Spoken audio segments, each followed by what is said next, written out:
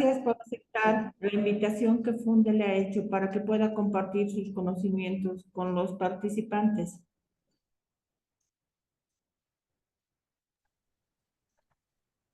Muy buenas noches, licenciada. Muy buenas noches a todos.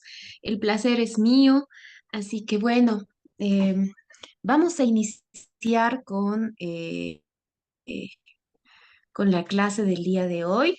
Vamos a hacer un pequeño preámbulo respecto a la importancia, ¿no?, que radica en esta materia del derecho ambiental, el derecho ecológico y el derecho agrario frente al avance que ha tenido, ¿no?, en estos últimos años, especialmente cuando se ha evidenciado distintos tipos de vulneración, ¿no?, en relación al medio ambiente, ¿no?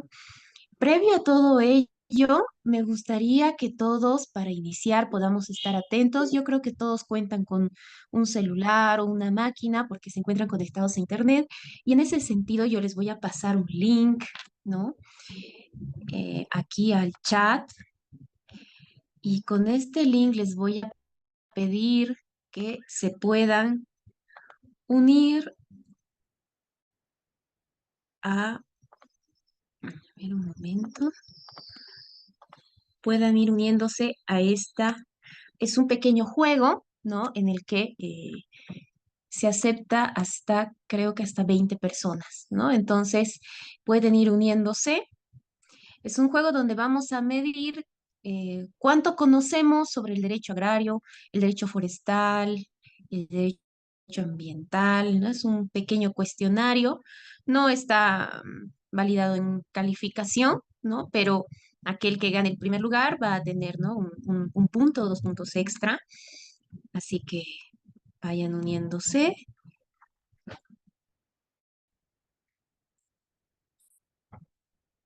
Si tienen algún problema para unirse, me hacen conocer.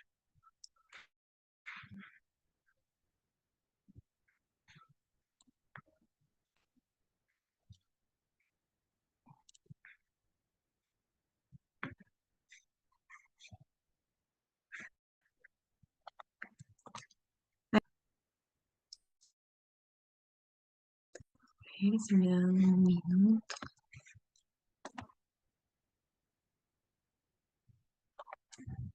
Me escuchan todos, ¿no?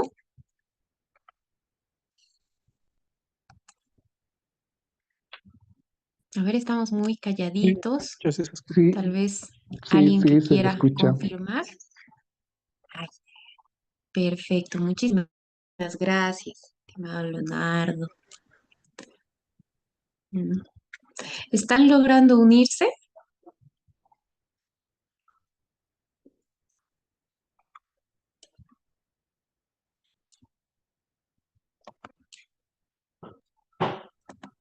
Buenas noches, doctora. Yo, Disculpe el buenas número. noches, está lento.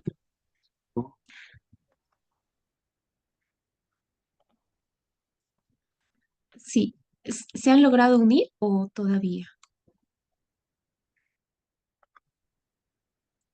Doctora, no puedo. A ver, vamos a ver si puedo conectar. ¿No se puede unir?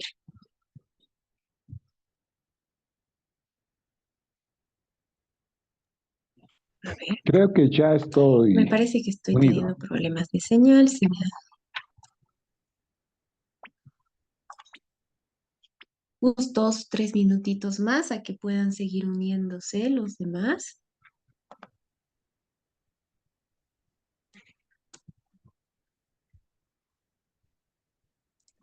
Aquí vamos viendo. Voy a compartir la pantalla.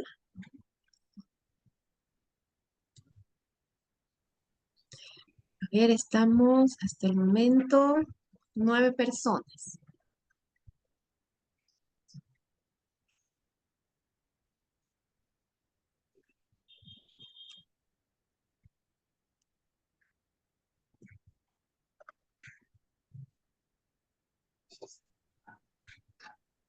A ver, ¿solo 9 personas están activas en el grupo o están teniendo problemas para conectarse?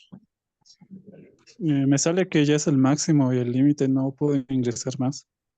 Ah, ya, perfecto. Entonces tal vez ya ha tenido alguna configuración del juego. De todas maneras, pueden seguirlo en el chat y las opciones también las pueden ir colocando en el chat, ¿no? Entonces vamos a dar inicio al juego. Ay, mire, estoy teniendo unos problemas aquí. Si me permiten un segundo. Aquí hay un...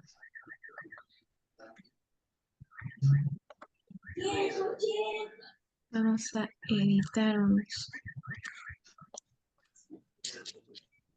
segundo, por favor, porque al parecer estamos con unos problemitas. A ver.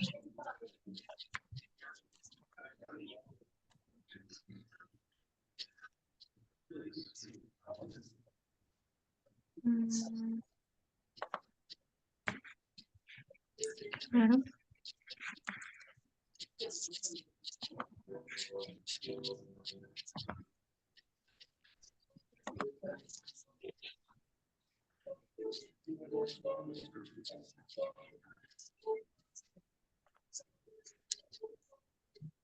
Creo que ya.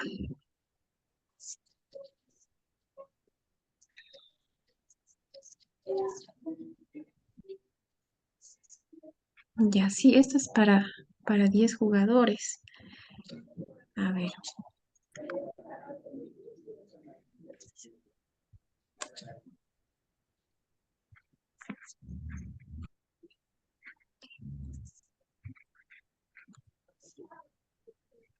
Bueno, ¿saben qué? Les voy a pedir lo siguiente.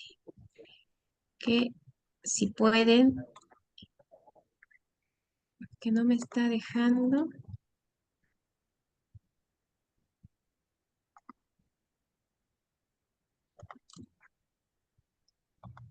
Ahora sí.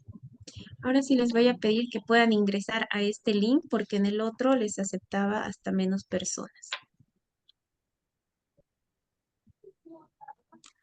A ver, por este link. Vamos a ver.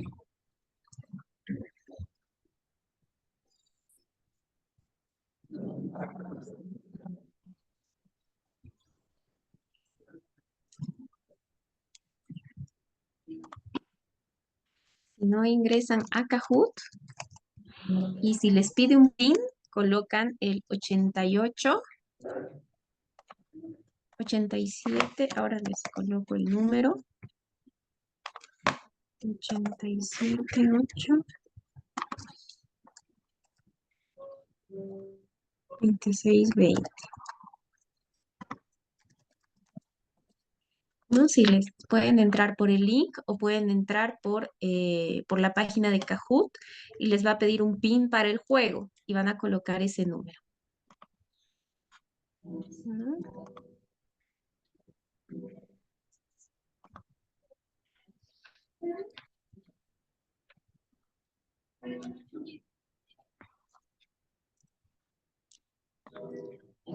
¿Han logrado unirse? Nos pide registrarnos o iniciar sesión con ese programa, licenciada. Ay, mire, qué extraño. Generalmente no solicita que realicen eso. A ver, vamos a... Nos está pidiendo el código, el Aquí usuario. está. El código de usuario. A ver, deme un segundo que voy a...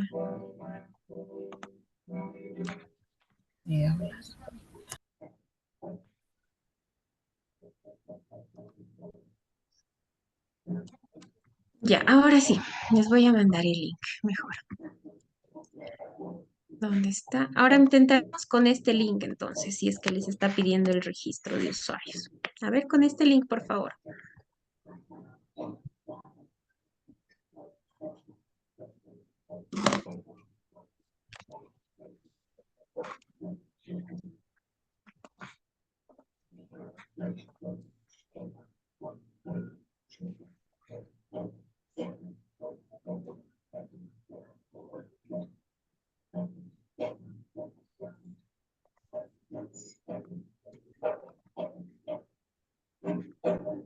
ver.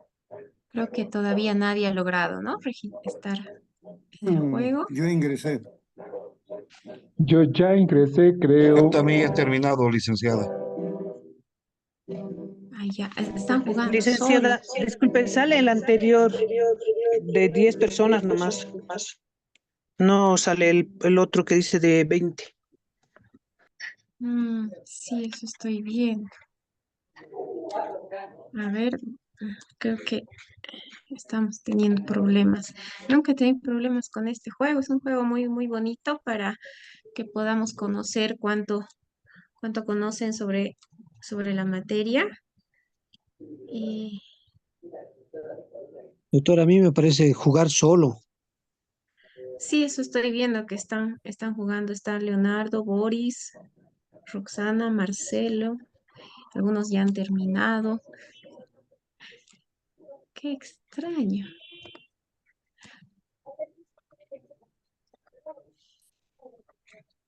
A ver.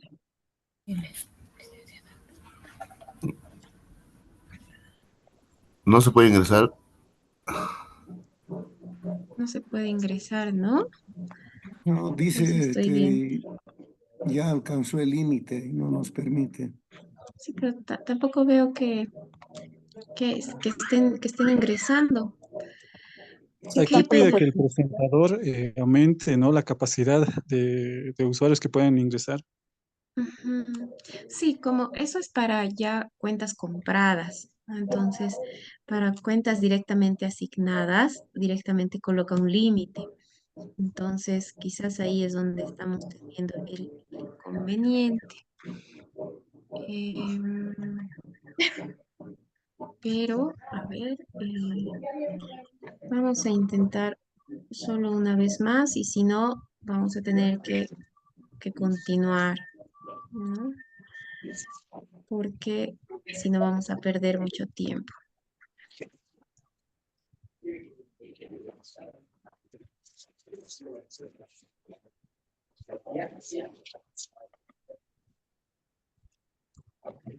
Ya, vamos a ver si con este link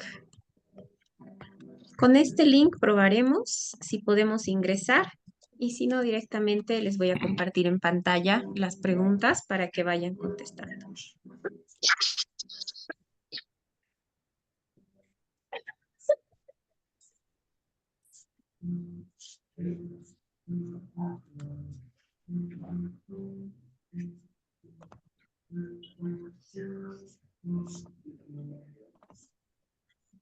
¿Han logrado ingresar?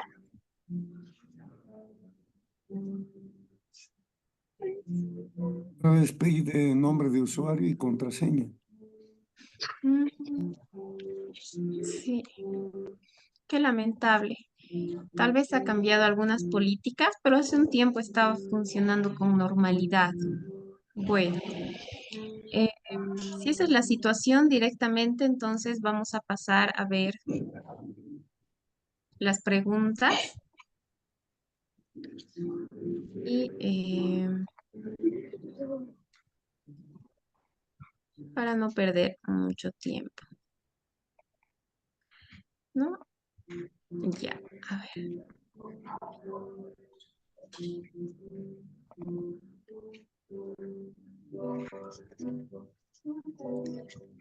A ver.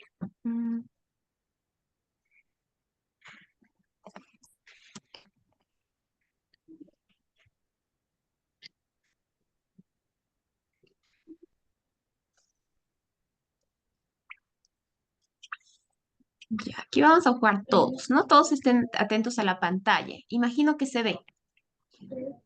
Ya. Entonces, ¿qué instrumento legal regula el derecho agrario? El Ley Código número Civil, la Ley 1715. 1715, la 3545, todas las opciones son Ley correctas. A ver, 1715. alguien que pueda Ley contestar. 1715. Ley 1715. La ley 1715. Ley 1715. Ley ¿Nadie? 1715. Ley 1715. La 1715. Ley Las 1715. personas que contesten más respuestas van a tener un punto extra, ¿no? Entonces, les pido que estén atentos. No sé si en comentarios están colocando. Ya, Jimena Andrizola. Josefina Quispe. Bueno, Josefina Quispe ya tiene, está llevando la delantera, entonces. Siguiente. Falso o verdadero. La función económico-social es el empleo sustentable de la tierra en el desarrollo de actividades productivas. Verdadero. ¿Falso o verdadero? Verdadero. Verdadero. Verdadero. Ay, mire. Disculpe. Verdadero. Es verdadero. Pero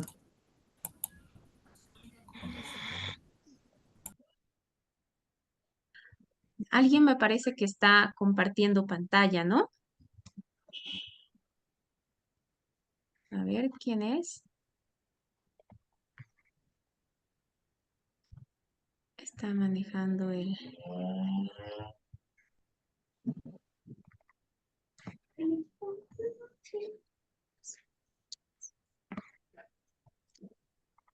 Ya. Pero, ¿no? A ver, veremos quién ha sido la primera en contestar. El primero ha sido Lázaro.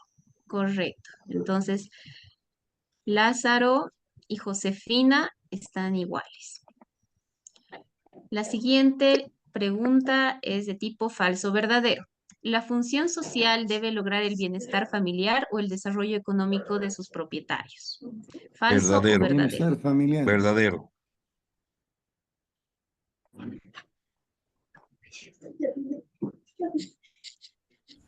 Verdadero.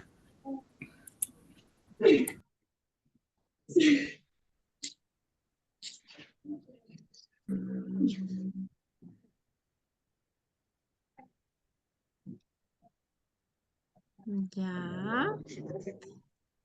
Jimena Adriasola ha contestado, ¿no? Ya, a ver, veremos al siguiente. Verdadero.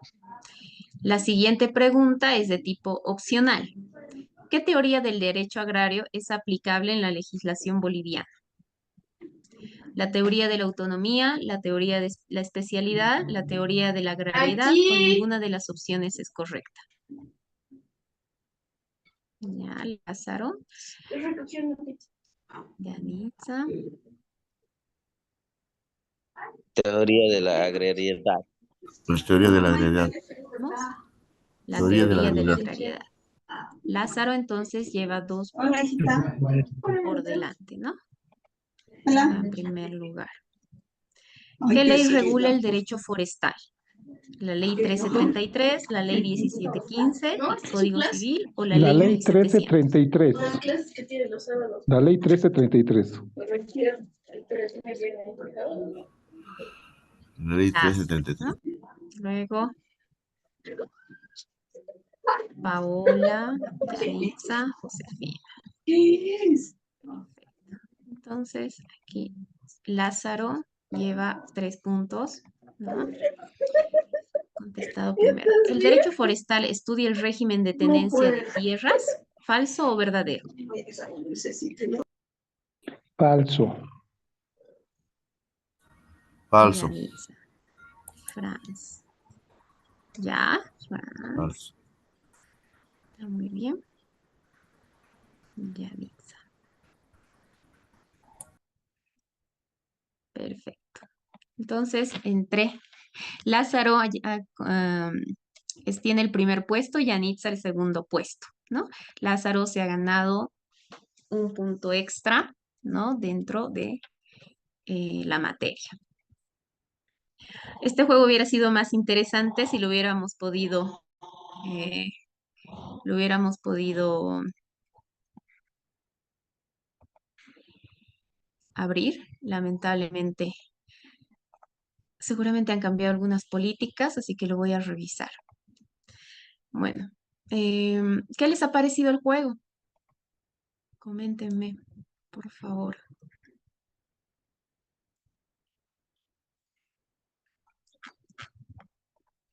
A ver, ¿alguien?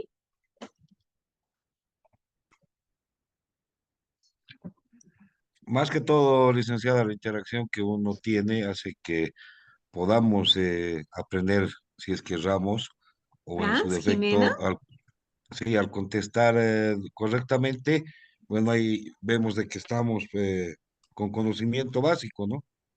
Ujú. Ya, perfecto. Jimena,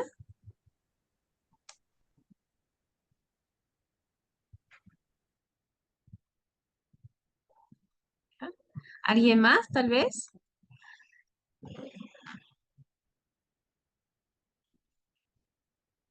Tal vez Lázaro, quien ha ganado el juego, ha estado más atento, respondiendo.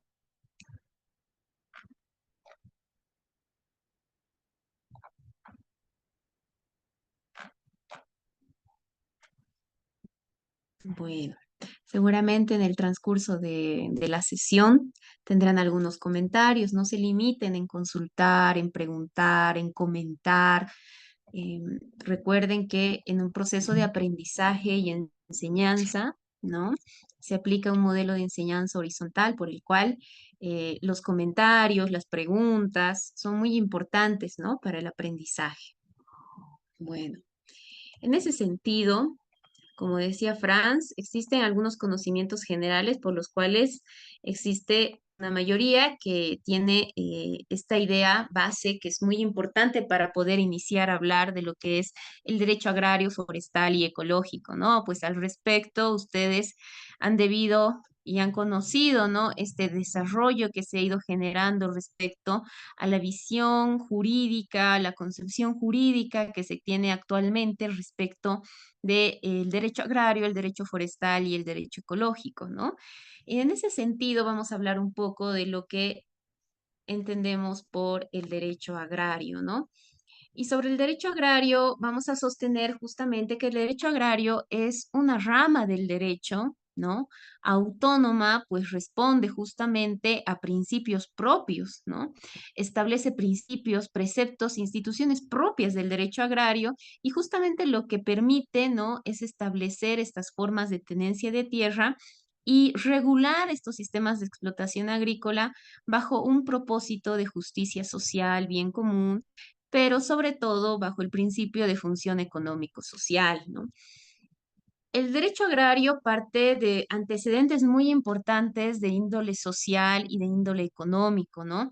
Nace desde los primeros momentos de la vida humana respecto a cómo la propiedad, las tierras generaban esta certeza, ¿no? Económica de seguridad social de las familias, por ejemplo, a través de la caza y la pesca, ¿no?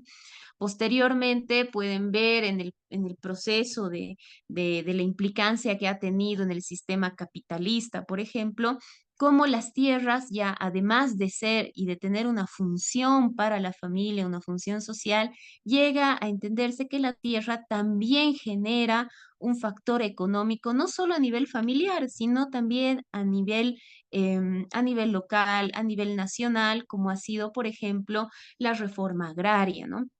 Y en ese sentido, vamos a tener antecedentes de diferente tipo. No olvidemos que el derecho agrario nace en el siglo XIX y siglo XX, ¿no? Por el cual se reconoce la importancia, ¿no? De la distribución de tierras y la implicancia y el impacto del trabajo de las tierras desde los diferentes conjuntos, ¿no? Sociales que vamos a ver más adelante respecto a la ley 1715, ¿no? Los tipos de propiedad. Para ello es importante atender las teorías del derecho agrario, ¿no?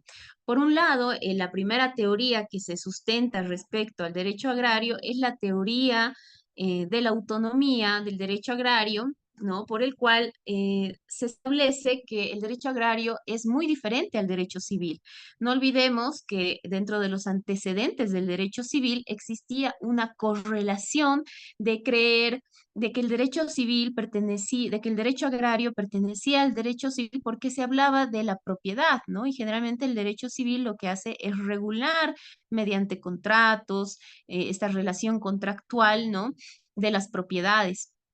Sin embargo, al establecer justamente e identificar esta función social, esta función económica, este impacto que implica el otorgamiento de tierras, ¿no? Se ha determinado que pues justamente tres razones que sostienen esta teoría para determinar que el derecho agrario no pertenece al derecho civil, ¿no? Incluso son ramas del derecho completamente diferentes.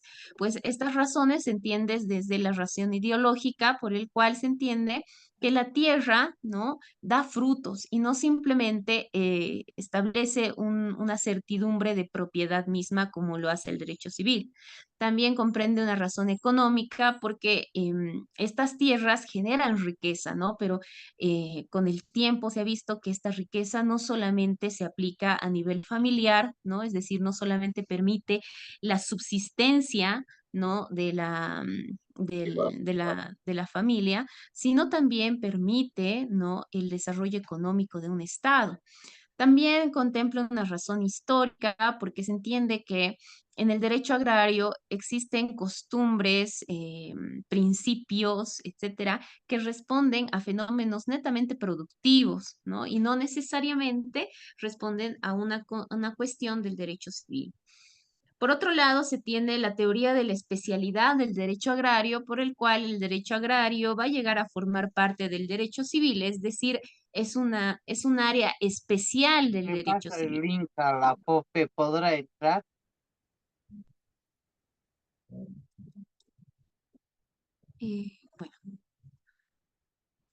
entonces, y por último, ¿no?, se desarrolla la teoría de la agrariedad, ¿no?, respecto a la escuela moderna del derecho agrario, por el cual ya se entiende que existen normas que son específicas del derecho agrario, ¿no? Incluso existe un compendio, ¿no?, normativo respecto al derecho agrario, por el cual el Estado boliviano, en este caso, por ejemplo, ha positivizado el derecho agrario a partir de diferentes leyes, normas, desde la Constitución Política del Estado, desde la Ley 1715, que actualmente es la que regula la propiedad agraria, ¿no? Y en ese sentido nos encontramos dentro de la teoría del derecho agrario, en la teoría de la agrariedad, pues se reconoce, ¿no?, que el derecho agrario responde, ¿no?, a un elemento muy importante, ¿no?, de que es un derecho, es una rama del derecho que no depende de otro derecho, sino que es autónomo, ¿no? Bueno, en ese sentido, dentro del derecho agrario se establecieron diferentes principios. En la ley 1715 ustedes pueden observar principios que son propios del procedimiento agrario, ¿no? Es decir, cuando existe una adjudicación, cuando existen demandas de nulidad, etcétera, se han establecido principios del proceso agrario, ¿no? Sin embargo, ¿no?, los principios del derecho agrario de esta rama se entienden justamente desde el principio de la función social. Y la función social es uno de los principios más importantes del derecho agrario, pues se entiende su naturaleza misma, incluso desde la autonomía de esta rama, que la propiedad agraria debe cumplir una función social. ¿Y qué va a implicar la función social? Va a implicar que esta propiedad permita la subsistencia del entorno, es decir, de aquella familia, aquel individuo, ¿no?, que la trabaje, ¿no? Actualmente, ya con la Constitución Política del Estado, esta función social se amplía a la función económico-social, que como vamos a ver más adelante, ¿no?, se va a determinar en función del tipo de propiedad. Es decir, no todas las propiedades agrarias, ¿no?, tienen que cumplir una función social, sino que existen propiedades agrarias que deben cumplir una función económico-social.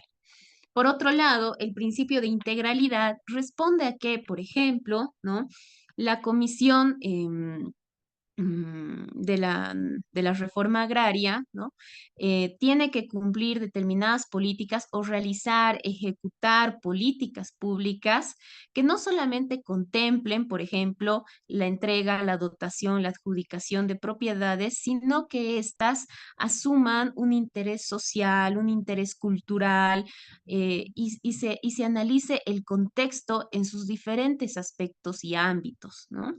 Por otro lado, se habla del principio de legalidad, porque como les había mencionado, la teoría de la agrariedad está relacionada a la positivización del derecho agrario, ¿no? Es decir, que existen normas, leyes que han regulado, han positivizado el derecho agrario en el Estado boliviano, ¿no? Entonces, es un principio muy importante respecto a la legalidad del derecho agrario a partir de la positivización de esta rama, ¿no? Por otro lado, y uno de los principios más relevantes también que nace de la historia misma del derecho agrario es la justicia social. No olvidemos que la reforma agraria nace justamente, ¿no? De poder, de justamente de estos principios sociales, ¿no? Respecto a las familias, ¿no? Que han trabajado, ¿no? Determinadas tierras y por lo cual ya se comienza a hablar del principio de distribución de la tierra en la propiedad, ¿no? Y eso lo vamos a ver más adelante para poder contextualizar mejor este principio. En ese sentido, ¿cuál es la normativa que regula, ¿no? Es la 1715, ¿no? Y con antecedente de la 3545, ¿no? En la 1715 lo que se hace es determinar y establecer la estructura orgánica que está compuesta por quién, por el presidente de la República, por el presidente del Estado Plurinacional de Bolivia y luego compone por el Ministerio de Medio Ambiente y Desarrollo Sostenible. Luego, en tercera línea está la comisión y por último está el Instituto Nacional de Reforma Agraria, ¿no?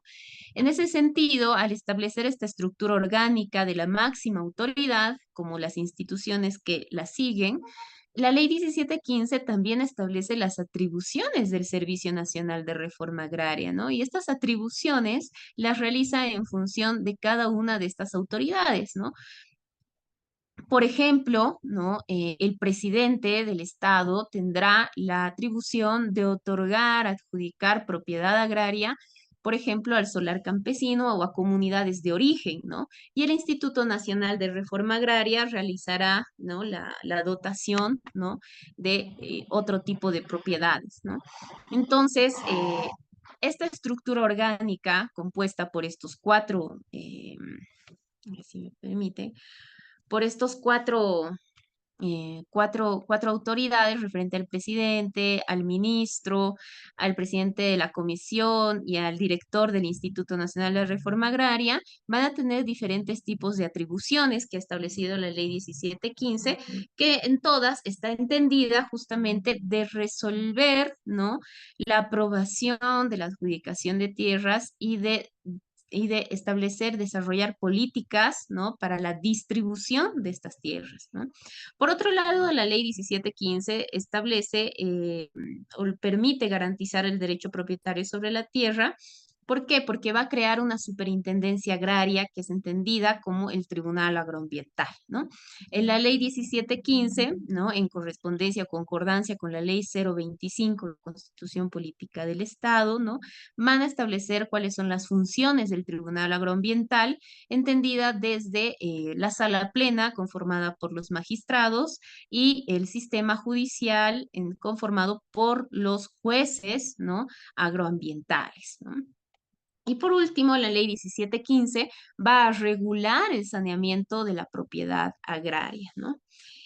Respecto a el Instituto Nacional de Reforma Agraria, tenemos que este servicio se encarga de ¿qué? De dirigir, coordinar y ejecutar políticas, planes y programas de distribución, reagrupamiento y redistribución de tierras, priorizando a los pueblos y comunidades indígenas, campesinas, originarias que no las posean o las posean insuficientemente de acuerdo a la capacidad de uso mayor de la tierra, ¿no?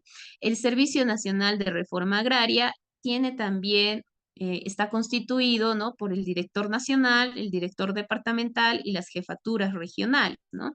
A nivel regional se van a establecer, ¿no? Estas jefaturas, ¿no? Que, por ejemplo, en este caso, van a ejecutar las políticas y programas a nivel regional respecto a la distribución o redistribución de tierras, ¿no?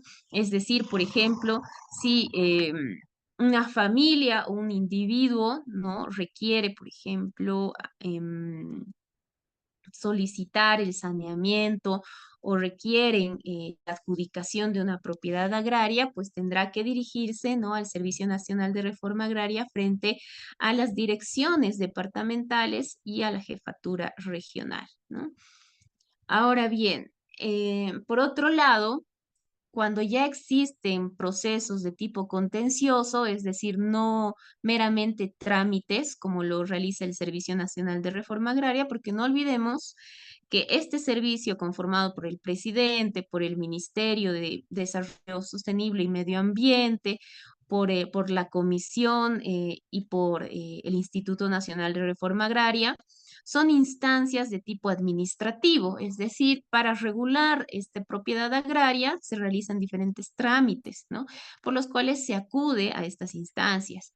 Ahora, cuando existen problemas de tipo contencioso judicial, ¿no?, por ejemplo, determinar la nulidad de una propiedad agraria, ¿no?, o conocer acciones donde se demanden o atenten contra el medio ambiente dentro de esta propiedad, por ejemplo, chaqueos, ¿no?, o se denuncien sobreposiciones, ¿no?, de derechos agrarios, por ejemplo, ¿no?, en una determinada comunidad o en una población, persona X cuenta con una propiedad, ¿no?, de 500 metros cuadrados o una hectárea, ¿no? Pero su pariente, que también ha tenido una dotación, que es su colindante, ¿no?, se sobrepone, ¿no?, a su propiedad, ¿no? Entonces, este tipo de acciones no pueden dirigirse ante el Instituto Nacional de Reforma Agraria, sino ante los juzgados agroambientales, ante los jueces agroambientales, quienes, ¿no?, tendrán que resolver, ¿no?, estas demandas respecto a las soluciones que se hubieran, a las controversias que se hubieran generado producto, ¿no?, de las acciones sobre la propiedad agraria, ¿no? Entonces, los juzgados agroambientales, es decir, los jueces, ¿no?, en materia agroambiental, tendrán competencia tanto en el área rural y en el área urbana, ¿no? Los actuados que realizan los jueces agroambientales son muy diferentes a los que realizan los jueces en el ámbito ordinario, ¿no? En la jurisdicción ordinaria, por ejemplo, lo que sucede es que los jueces todos los realizan en la audiencia, ¿no?, en un juzgado. En la jurisdicción agroambiental, mediante los juzgados de materia agroambiental, es que los jueces se dirigen a la propiedad misma, ¿no?, y realizan la audiencia o llevan adelante el acto de la audiencia en la propiedad donde se encuentra la controversia, ¿no? Por ejemplo, donde se ha denunciado la sobreposición de esta propiedad. Entonces, los jueces agroambientales, junto a su equipo, su secretario, su técnico, los abogados, las partes, se tienen que encontrar en el lugar, es decir, donde se encuentra la propiedad. Entonces, en ese sentido es que los actos de la audiencia de un juicio, de una demanda agraria, se llevan in situ, ¿no?, en el lugar. ¿Y cuáles son estas competencias, no? ¿Para qué son competentes estos jueces? Por ejemplo, para demandar la nulidad y anulabilidad de títulos ejecutoriales, ¿no? Los títulos ejecutoriales, pues no olvidemos, ¿no?, que son estos títulos que demuestran, ¿no?, la propiedad de persona X o de colectivo X, ¿no? Entonces, estas demandas de nulidad y anulabilidad pueden ser planteadas, ¿no?, a objeto de demostrar que no son propietarios, ¿no?, o que la adjudicación no fue realizada conforme a normas, ¿no?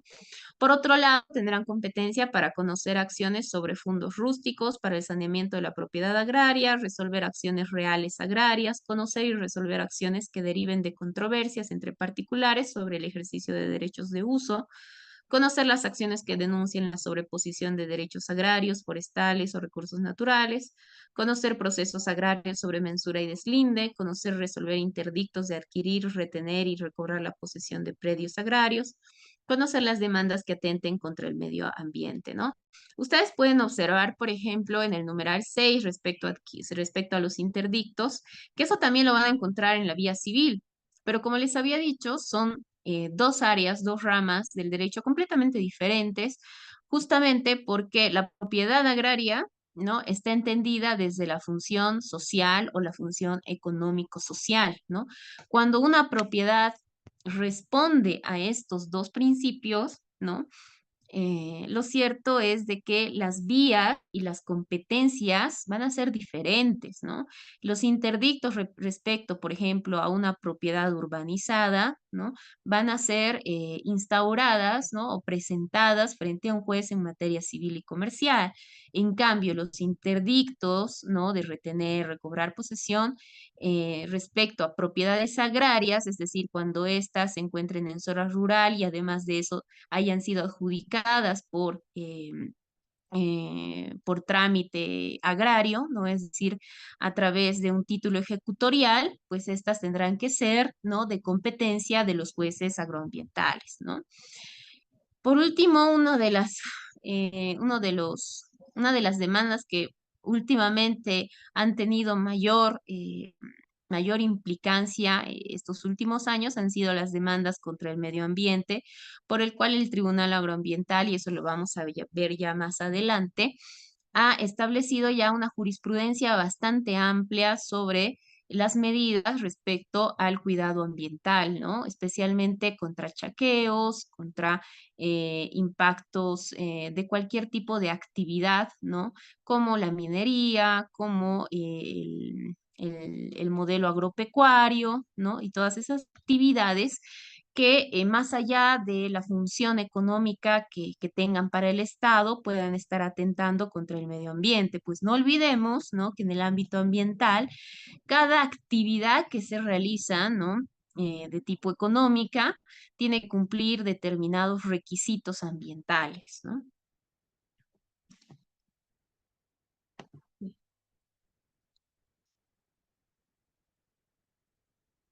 Bueno. Uno eh, de las acciones, por ejemplo, de las demandas que se presentan ante el juzgado de agroambiental, es el punto de la sobreposición, ¿no? De estos derechos agrarios. Y dentro de ello van a encontrar leyes que son leyes especiales, ¿no? Es un sistema normativo bastante amplio respecto al derecho agrario, y más aún cuando se plantean denuncias o demandas, ¿no? Por ejemplo, en este caso, lo que se denunciará será el avasallamiento, ¿no? De la invasión o la ocupación de hecho, ¿no? De manera violenta, pacífica, de una propiedad frente a otra, ¿no? Entonces, en ese sentido, pues las demandas, perdón, que se presenten ante un juez agroambiental tendrán que estar sustentadas justamente en cuál, ¿no? Es esa sobreposición, ¿no? A ese derecho agrario, ¿no? ¿Cuál es ese avasallamiento que se ha realizado para que el juez agroambiental dirima y disponga judicialmente, ¿no? Que determinado individuo salga de la propiedad, ¿no? De su vecino, ¿no? Entonces, las funciones, ¿no? Que tiene el Servicio Nacional de Reforma Agraria, ¿no? Como el Instituto Nacional de Reforma Agraria, son muy distintas a las que tiene el Tribunal Agroambiental, como las competencias y las atribuciones, ¿no? Son dos instancias diferentes a las cuales se puede acudir a objeto de precautelar, resguardar, ¿no? La propiedad agraria. Ahora veamos cuáles son estos tipos de propiedad agraria. Por un lado, ¿no? Tenemos la propiedad agraria del solar campesino, ¿no? Que es una propiedad agraria pequeña que responde más que nada a las familias, ¿no? Donde habitan las familias. Esa es la diferencia más que nada con la pequeña propiedad, es que en la propiedad, en el tipo de propiedad de solar campesino, la familia tiene que vivir en esa propiedad, ¿no? Es un lugar de residencia del campesino y su familia, es indivisible y tiene carácter de patrimonio familiar inembargable, ¿no? Eso quiere decir, por ejemplo, que si esta familia tiene una deuda, ¿no? No se puede embargar esta propiedad donde habitan, ¿no? Como tampoco si la quisiera, por ejemplo, vender, ¿no? No podría venderla en partes porque no se la puede dividir, ¿no? Entonces contempla estas características de mucho resguardo, de mucha protección, porque se entiende que en este tipo de propiedad las familias o el individuo, ¿no? Reside, ¿no? Es decir, la habita, además, ¿no? De generar una función social. Luego tenemos la pequeña propiedad. En la pequeña propiedad, ¿no? En este tipo de propiedad, por ejemplo, no es necesario que la familia o el individuo lo habite, ¿no? Sin embargo, en esta pequeña propiedad debe cumplir, ¿no? Una subsistencia para el titular y la familia, es decir, por ejemplo, realice la producción en pequeñas cantidades de algún alimento, ¿no? Para la familia, es decir, para que la familia o el titular, el individuo, pueda subsistir a través de la producción de este terreno, ¿no? Igual esta pequeña propiedad no se la puede dividir y tiene carácter de patrimonio familiar inembargable, ¿no? Es decir, no la pueden tampoco embargar en caso de una deuda bancaria, por ejemplo, una deuda entre partes, entre particulares. Por otro lado, tenemos la mediana propiedad, ¿no? Estas, a partir ya de este tipo de propiedades, ¿no? Ya se empieza a observar la necesidad de que estas propiedades sí cumplan con una función económico-social. A diferencia, por ejemplo, de la propiedad solar campesina y la pequeña propiedad, que netamente tenían que cumplir justamente una función social, ¿no? Porque habíamos hablado, ¿no? De la función social como la base por la cual se entiende que la propiedad agraria va a permitir la subsistencia del individuo, de la familia, ¿no? Porque socialmente, ¿no? Esta propiedad genera, ¿no? Que, que esta persona o este individuo o esta familia pueda tener alimentos, ¿no? Para poder subsistir. Sin embargo, en la mediana propiedad ya se entiende, ¿no? Y se obliga legalmente a que cumpla una función económico-social. Y ya en la mediana propiedad no necesariamente van a ser titulares, ¿no? Las personas o el individuo, la familia que habita en el lugar o una familia, una persona natural, sino también podrá ser una persona jurídica, ¿no? Es decir, por ejemplo, una empresa, una institución, ¿no?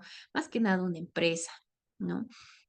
En la mediana propiedad, ¿no? Se entiende de que los recursos para el desarrollo de la producción responden a recursos del mismo propietario, ¿no? Y también permite su explotación con trabajadores asalariados, ¿no? Es decir, en la mediana propiedad, ¿no? Porque hablamos de terrenos ampliamente extensos que requieren, ¿no? De una función económica. Y esta función económica no solamente está entendida desde la producción, sino que también genere empleos, ¿no? Estos empleos pueden ser eventuales o permanentes, ¿no? Pero también tiene que aplicar medios técnico-mecánicos, ¿no? Es decir, tiene que también el particular o la empresa, ¿no? Tener diferentes instrumentos, ¿no? Técnicos que permitan, ¿no? Que esta producción pueda llegar a un mercado amplio, ¿no? Es decir, la mediana propiedad tendrá que generar un mercado a nivel nacional, ¿no? Em, en este caso, por ejemplo, ustedes ya pueden ver que la mediana propiedad sí puede ser embargada, ¿no? Entonces sí puede ser transferida, sí puede ser vendida, ¿no? Sí puede ser hipotecada en caso de pedir un préstamo, ¿no? Generalmente las empresas para iniciar con la producción, etcétera, siempre van a necesitar un capital, ¿no? Y este capital, pues generalmente en muchos casos se los realiza a través de préstamos bancarios, ¿no? Entonces, para que el banco pueda hacer este tipo de préstamos, que en muchos casos son financiamientos con intereses bajos por esta situación misma de agraria, ¿no? Entonces, pues va a tener que hipotecarse o ignorarse esta propiedad, ¿no? Para garantizar el pago de ese dinero. Luego se tiene la empresa agropecuaria, ¿no? En la empresa agropecuaria ya la función económico-social es mucho más evidente, ¿no? También pertenecen a personas naturales o a empresas, ¿no? Personas jurídicas, ¿no? En este caso, También se requiere de un trabajo, también requiere, ¿no?, que en la empresa agropecuaria se genere empleo, ¿no? Y también que se apliquen medios técnicos modernos, ¿no?, para la producción. De igual manera, este tipo de propiedad puede ser transferida, puede ser hipotecada, todo lo que permita justamente el desarrollo o la mejora de la producción de esta empresa, ¿no? Luego tenemos las tierras comunitarias de origen. Este tipo de propiedad, por ejemplo, no puede ser dotada por el Instituto Nacional de Reforma Agraria, es decir, el director nacional no va a poder dotar de este tipo de propiedad, pero sí el presidente de la nación, ¿no? Porque las tierras comunitarias de origen van a responder justamente a características muy particulares, porque lo que se intenta es precautelar la sobrevivencia de una cultura, ¿no? Entonces, las tierras comunitarias de origen son espacios geográficos que constituyen el hábitat de los pueblos y comunidades indígenas a los cuales han tenido tradicionalmente acceso y donde mantienen y desarrollan sus formas de organización económica, social y cultural, de manera que asegura su sobrevivencia y desarrollo, ¿no? Entonces, aquí, por ejemplo, en este tipo de propiedad, ya lo que se pretende es la protección de un grupo, ¿no?, que en el marco de los derechos humanos han sido considerados como sectores vulnerables, como son los PIOCs, ¿no?, los pueblos indígenas originarios campesinos, ¿no? Entonces, a objeto de resguardar justamente a esta población, ¿no?, es que el presidente de la nación tiene la atribución, ¿no?, de adjudicar, de dotar, de resguardar, de otorgar, ¿no?, este tipo de propiedad, ¿no? Este tipo de propiedad, por ejemplo, es inalienable, es indivisible, es irreversible, es colectivo y está compuesta por comunidades o mancomunidades y también son inembargables e imprescriptibles, ¿no? Entonces, por ejemplo, el TIBNIS, ¿no?, el territorio indígena del Isiboro Secure, ¿no?, por ejemplo, han debido escuchar ya en la sentencia y en varias noticias, en el año que, bueno, se pretendía la construcción de la carretera, ¿no?, que esta zona, ¿no?, es inalienable, ¿no? ¿Qué quiere decir que sea inalienable, que sea irreversible, indivisible, inembargable, imprescriptible? Que no existe norma ni sustento jurídico, ¿no?, para que estas zonas puedan ser invadidas o puedan ser modificadas, ¿no? Entonces, son zonas con una protección reforzada respecto, por ejemplo, al espacio territorial, ¿no?, y a las formas en las cuales se desarrolla esta organización económico, social y cultural, ¿no? Entonces, no existe norma alguna, ¿no?, por el cual se invadan estas costumbres dentro de esta propiedad. Por tanto, se aplica a un requisito cuando se pretende algún tipo de interferencia, como es la consulta previa, ¿no? Que bueno, eso ya responde más a los derechos de los pueblos indígenas, ¿no? Entonces, aquí vemos una relación intrínseca, ¿no?, de la propiedad, ¿no?, con las costumbres de los pueblos indígenas originarios campesinos. Luego tenemos el último tipo de propiedad agraria, que son las propiedades comunitarias, ¿no? Las propiedades comunitarias van a ser aquellas que son tituladas colectivamente a comunidades campesinas y ex haciendas y constituyen la fuente de subsistencia de sus propietarios, ¿no? Al igual que el anterior, en este tipo de propiedad, ¿no?, las propiedades comunitarias van a ser también una propiedad agraria que permite la subsistencia no tanto de una población en general, una población más grande, como hablábamos del anterior, que respondía a una cuestión cultural, sino de grupos, ¿no?, de comunidades que tengan en común algún tipo de organización, ¿no?, cultural, económico, social. Este tipo de propiedad igual presenta características de inalienabilidad, indivisibilidad, irreversibilidad, inembargabilidad e imprescriptibilidad. Es decir, con el paso de los años, ¿no?, la misma no prescribe, ¿no? Entonces, sus títulos ejecutoriales, por el cual han sido dotados de tierras, no van a prescribir con el tiempo. Bueno, dentro de la propiedad agraria existen dos institutos, ¿no? Por el cual cuando estas propiedades no cumplen o las funciones por las cuales han tenido o han sido dotadas o adjudicadas, ¿no? Van a ser causales de reversión o expropiación por parte del Estado, ¿no? Por ejemplo, las causales de reversión, por el cual esta propiedad pasa y se revierte a propiedad del Estado, puede ser por el abandono de la propiedad agraria, ¿no? O porque ha sido perjudicial al interés colectivo, ¿no? Es decir, por ejemplo, persona X que fue dotada o se adjudicó una propiedad, una pequeña propiedad, por ejemplo, la ha abandonado, ¿no? La deja sin cumplir ningún tipo de función social, es decir, no produce papas, hortalizas, no genera ningún impacto a nivel familiar ni a nivel comunitario, entonces el Estado puede revertir esta propiedad, ¿no? Nuevamente para el mismo Estado, ¿no? Ahora, cuando estas acciones, cuando la actividad que está realizando persona X o la familia en esta propiedad perjudica, ¿no? A la comunidad donde está es decir, por ejemplo, ¿no? Utiliza pesticidas o genera mucho chaqueo o diferentes actividades, por ejemplo, eh, cualquiera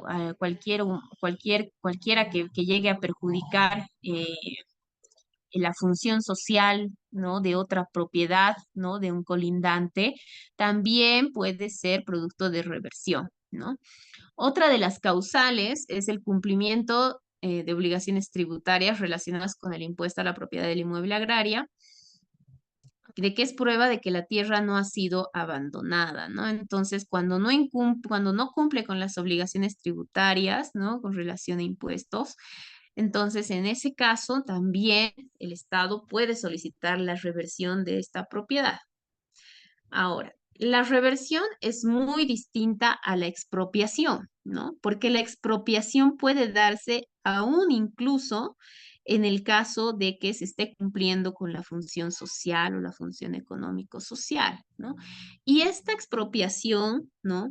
Solamente puede darse, ¿no? Cuando existe una causal, que es la utilidad pública. Es decir, el Estado ha visto la necesidad, ¿no? De que esa propiedad, excepto las de tierras comunitarias, ¿no? Que como habíamos visto son inalienables, ¿no? Pueden ser expropiadas por el Estado, ¿no? ¿Cuáles son estas causas de utilidad pública? Es decir, ¿qué se entiende por utilidad pública? Es decir, que es mucho más importante precautelar el interés de la sociedad que de un individuo. ¿En qué casos? Por ejemplo, cuando el reagrupamiento y las causas son causas de utilidad pública, el reagrupamiento y la redistribución de tierras, ¿no? Es decir, el Estado ha visto la necesidad de redistribuir esas tierras por algún factor económico-social, pero que está en el sentido de afectación a nivel económico, sea local o sea nacional.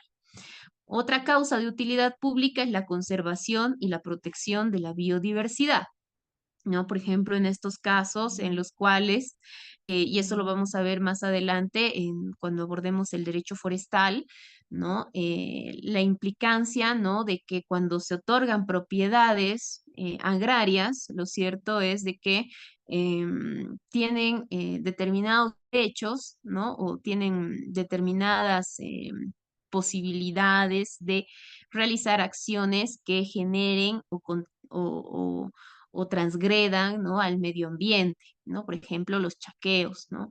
Entonces, a objeto de precautelar esta biodiversidad, pues no olvidemos que la biodiversidad no solamente está entendida desde aquellas plantas, etcétera, sino también desde aquellos otros seres vivos, animados e inanimados, ¿no? Entonces, objeto de conservar y proteger la biodiversidad es que se puede expropiar una propiedad agraria, ¿no? Y la realización de obras de interés público, ¿no? Entonces, cuando el Estado ve la necesidad, por ejemplo, de que el municipio, por ejemplo, ¿no? ha visto la necesidad de construir un colegio, ¿no? Entonces, obviamente esta expropiación tiene que fundamentar esta utilidad pública, ¿no? Que pueda amedrentar, ¿no? Contra el interés de un colectivo, de un particular, de una familia, ¿no? Entonces, la expropiación y la reversión, ¿no? Son dos acciones que realiza el Estado a nivel gubernamental, a nivel departamental y a nivel municipal, ¿no? Entonces, dentro del derecho agrario, ¿no? Esos son los 4 puntos que deben ser identificados de forma clara, ¿no? Es decir, tenemos que tener claro, a modo de recapitulación, ¿no? Que en el derecho agrario es una rama del derecho autónoma, ¿no? Responde a la teoría de la cual hablamos de la positivización, ¿no? De esta rama del derecho, por el cual se reconocen principios propios, ¿no? Que son parte de la regulación de esta rama, ¿no? Así como también establece instancias especializadas, ¿no? Respecto a la propiedad agraria y también los principios como la función social y económico-social que se aplica en la propiedad agraria. Luego la normativa, que también, como habíamos visto ya, referente a la ley 1715, por el cual se establecen las atribuciones de las instancias a las cuales se puede acudir para trámites administrativos o de tipo administrativo y también acciones judiciales como es el Tribunal Agroambiental y los juzgados agroambientales, ¿no? Y por último, también los tipos de propiedad agraria que están establecidos en la ley 1715 y cuáles son las diferencias entre estos tipos de propiedad agraria y por qué es tan importante, ¿no? Y cuál termina siendo, y van a ver ya al final cuando culminemos la sesión el día de mañana, la relación, ¿no? Que tiene, por ejemplo, la dotación, adjudicación de propiedades, ¿no? Respecto especialmente a la mediana propiedad y a las propiedades empresariales, ¿no? ¿Qué impacto tienen? No solamente a nivel económico, sino también a nivel ambiental, ¿no? Es decir, qué responsabilidades tienen, ¿no? Además de generar una función, además de tener una función económica, sino esta responsabilidad con el medio ambiente, ¿no? Que lo vamos a ver más adelante a modo de reflexión respecto del derecho ambiental. Bueno. Ya ingresando en el ámbito del derecho forestal, ¿no? Vamos a ver aquí, por ejemplo, que es otra rama, ¿no? Del derecho público que es ciertamente novedosa porque es mucho más nueva que el derecho agrario, que el derecho agrario responde al siglo XX, estamos hablando de 1950, 1940, por el cual ya se hablaba, ¿no? Del reconocimiento de las tierras, de la propiedad agraria, de la función social, de la diferencia del derecho agrario con el derecho civil. Pero ya en el derecho forestal hablamos, ¿no? De la preservación, la conservación, ¿no? De los recursos forestales, ¿no? Y que esta no se ocupa de la tenencia de tierras, ¿no? Es decir, el derecho agrario se va a ocupar de la división, de la tenencia, de la seguridad, ¿no? De conservar una propiedad, ¿no? Agraria que cumpla, ¿qué? Una función social o una función económico-social, ¿no? Es decir, en qué casos, en qué tipo de propiedades, ¿no? Se tiene que cumplir una función social y en qué tipo de propiedades una función económico-social, ¿no? Entonces, eso lo hemos visto ya anteriormente. Y bueno, en este caso, tenemos que diferenciar que en el derecho forestal, ¿no? Ya lo que se hace es regular, ¿no? A las personas, especialmente aquellos, ¿no? Que tienen esta función social, esta función económico-social, ¿no? Así como otros particulares, ¿no? Para preservar, conservar los recursos forestales, ¿no? Es interesante a modo de, entre paréntesis, cómo el Estado, ¿no? En el modelo constitucional concibe, ¿no? Al medio ambiente aún como un recurso, ¿no? Siempre que ustedes puedan hacer un análisis en la Constitución a partir del artículo 380, ustedes van a poder observar que se refiere siempre a recurso cuando habla de medio ambiente, más allá de considerarlo en su artículo 33 como un derecho, un derecho no fundamental, pero es un derecho constitucional, ¿no? Que el medio ambiente es un derecho de las personas. Lo cierto es de que más adelante, a partir del artículo 372, si mal no recuerdo, ya nos habla de los recursos naturales, de los recursos forestales, ¿no? Haciendo hincapié a que la biodiversidad, ¿no? Es un tipo de recurso económico, ¿no? Es decir, permite el sustento de la sociedad boliviana, pero ya es de análisis legal, ¿no? ¿Cuáles son estos mecanismos jurídicos que viabilizan no solamente que el medio ambiente o la biodiversidad, ¿no? Se encuentren protegidos, conservados, sino también cuál es el impacto, ¿no? Que tienen a nivel económico y cuáles son estas normas y estas leyes que la protegen frente a las acciones humanas sobre la biodiversidad. ¿Cuál es la importancia del derecho forestal? ¿No? La importancia del derecho forestal se entiende justamente de que se puede evidenciar con el transcurso del tiempo una constante explotación, ¿no? De uso y aprovechamiento irrestricto frente a la biodiversidad, ¿no? La contaminación ambiental, el cambio climático como efectos de este uso y aprovechamiento irrestricto, ¿no? Es decir, por ejemplo, la tala de árboles, ¿no?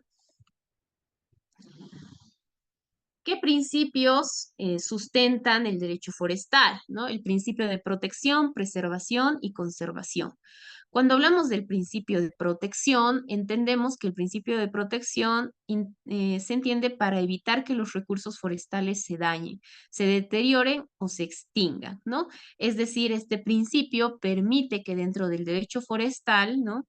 Se adopte una concepción por el cual se apliquen acciones políticas que permita que la biodiversidad no se dañe, no se extinga, y es decir, permanezca en el tiempo, ¿no? El principio de preservación implica que el Estado, ¿no? Adopte medidas, ¿no? Antes, es decir, previo, ¿no? A que se realicen el aprovechamiento, ¿no? De la biodiversidad, que en términos de la ley, la biodiversidad es un recurso, ¿no? Entonces, en ese sentido, ¿no? Lo que permite este principio del derecho forestal, ¿no? Es que se entienda que en esta rama del derecho se debe tener una visión de que la ley también debe permitir, ¿no? La conservación de este recurso en términos de ley, ¿no? Antes de que estos sean aprovechados, ¿no? Y luego el principio de conservación, entendida como la adopción de medidas junto con o al momento del uso y utilización de los recursos y la sostenibilidad de la misma, ¿no? Es decir, que las medidas también deben ser entendidas cuando este recurso forestal se esté aprovechando, es decir, por ejemplo, cuando se estén talando árboles, qué medidas se están tomando, ¿no? Al respecto. Y eso lo vamos a ver ya más adelante respecto, ¿no? A las concesiones que se dan para utilizar estos recursos. ¿Cuáles son las características del derecho forestal? ¿No? Por ejemplo, sus normas se encuadran dentro del derecho público, toda vez que persigue intereses generales, intereses colectivos que trascienden el interés particular. Es independientemente de la titularidad de su dominio, la ley les reconoce al bosque y a los ecosistemas forestales el cumplimiento de una función social relevante y es fuente de recursos naturales como por ser proveedores de múltiples servicios ambientales, ¿no? Como ustedes van viendo, poco a poco, ¿no? En el desarrollo de esta área del derecho, ya se va teniendo una concepción más importante respecto a qué implicancia tiene la regulación de estas ramas, ¿no? En el cuidado y la protección del medio ambiente, ¿no? Y en ese sentido vamos a mostrar unos videos para poder contextualizar un poco más la biodiversidad que en términos de ley es concebida como un recurso forestal, ¿no? Y cuál es el impacto, ¿no?, que tienen, por ejemplo, la falta de regulación o la incidencia mediante decretos u otras normas, ¿no?, que atentan contra la biodiversidad, ¿no?, y que son regresivas frente a la conservación de estos recursos, ¿no? A ver.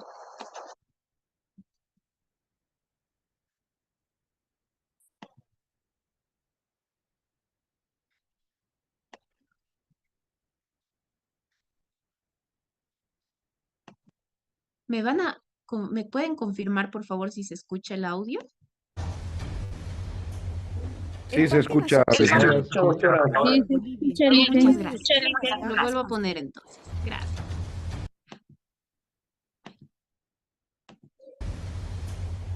El Parque Nacional Madidi, ubicado en Bolivia, incluye desde tierras bajas hasta picos de montañas y se encuentra a casi 6.100 metros sobre el nivel del mar.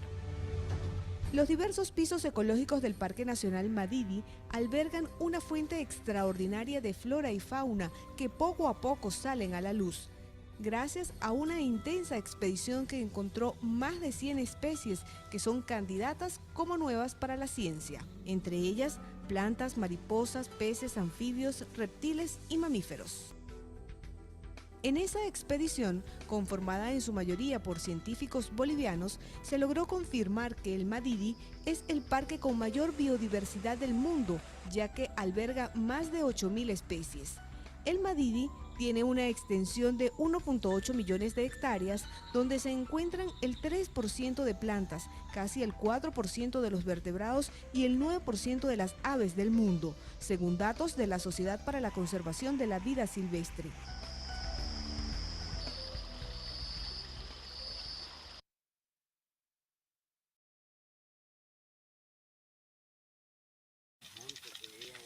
Fuertes vientos reavivan las llamas. Los incendios forestales llevan más de un mes arrasando la Amazonía boliviana.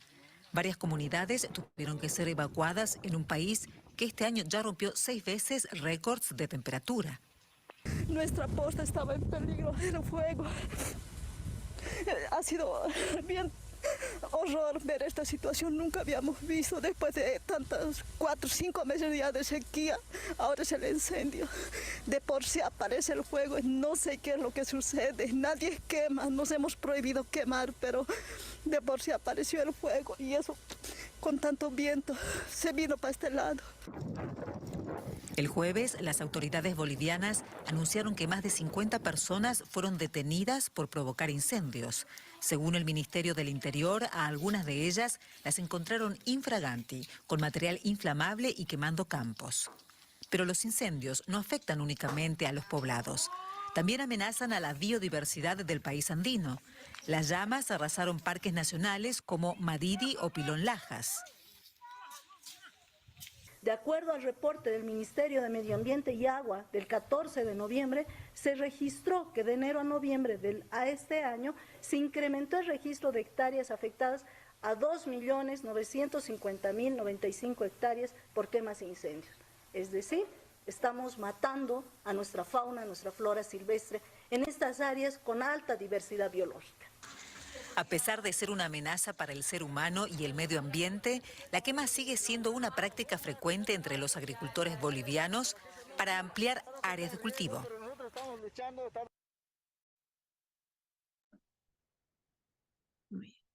¿Qué opinan de estos videos? A ver. Es importante la conservación de la biodiversidad, de la flora, de la fauna. En este caso solo hablemos de la flora, ¿no? De los árboles.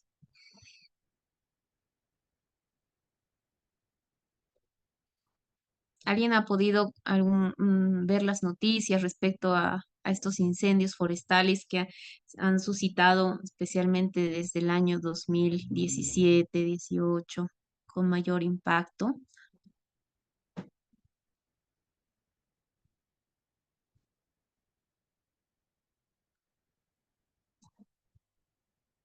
A ver, ¿alguien?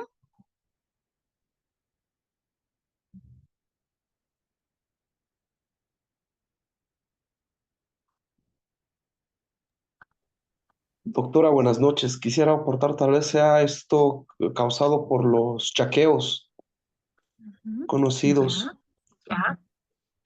Evidentemente que en varias gestiones es un acto que cometen todos los años y es un peligro medioambiental, obviamente, ¿no? Y para nuestra flora y fauna. Debería regularse esa situación, pero no se ha logrado hacer esto. Pero yo veo que esto es provocado por los chaqueos. Bueno, es una opinión personal. Sí, está muy bien. Está muy bien. Sí, efectivamente, dentro justamente del derecho forestal, que era lo que hablábamos, ¿no? Dentro de qué entendemos por el derecho forestal, entendemos pues aquellas leyes, ¿no? Que regulan la conservación, la protección del recurso forestal, ¿no? Entendido como forestal, ¿no? Todo aquello, toda la biodiversidad, la flora, ¿no? Respecto a su protección e importancia económica para el Estado, ¿no? Por eso es considerado un recurso, ¿no? Porque la flora, la biodiversidad es un recurso económico para el Estado, ¿no? Entonces, cuando hablamos, por ejemplo, de las funciones económico-sociales, estamos hablando del impacto de las empresas agropecuarias, ¿no? Por el cual, ¿no? A objeto de expandir la frontera agrícola, ¿no? Se realizan diferentes acciones que se escapan de las manos o que son realizadas de manera dolosa, ¿no? Intencional, justamente para expandir esta frontera. Pero, ¿qué es lo que sucede? ¿No? Ahora es donde ingresa el análisis legal, ¿no?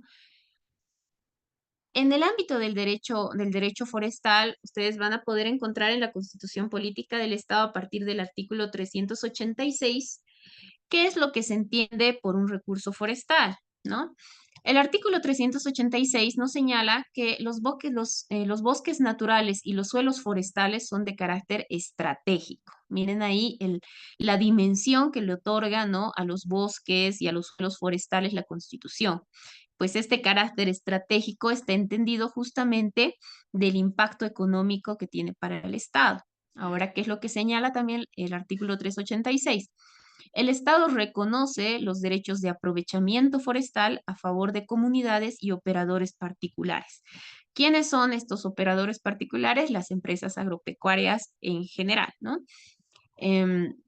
Asimismo, promoverá las actividades de conservación y aprovechamiento sustentable, la generación de valor agregado a sus productos, la rehabilitación y la reforestación de áreas degradadas, ¿no? Entonces ya la Constitución reconoce, ¿no?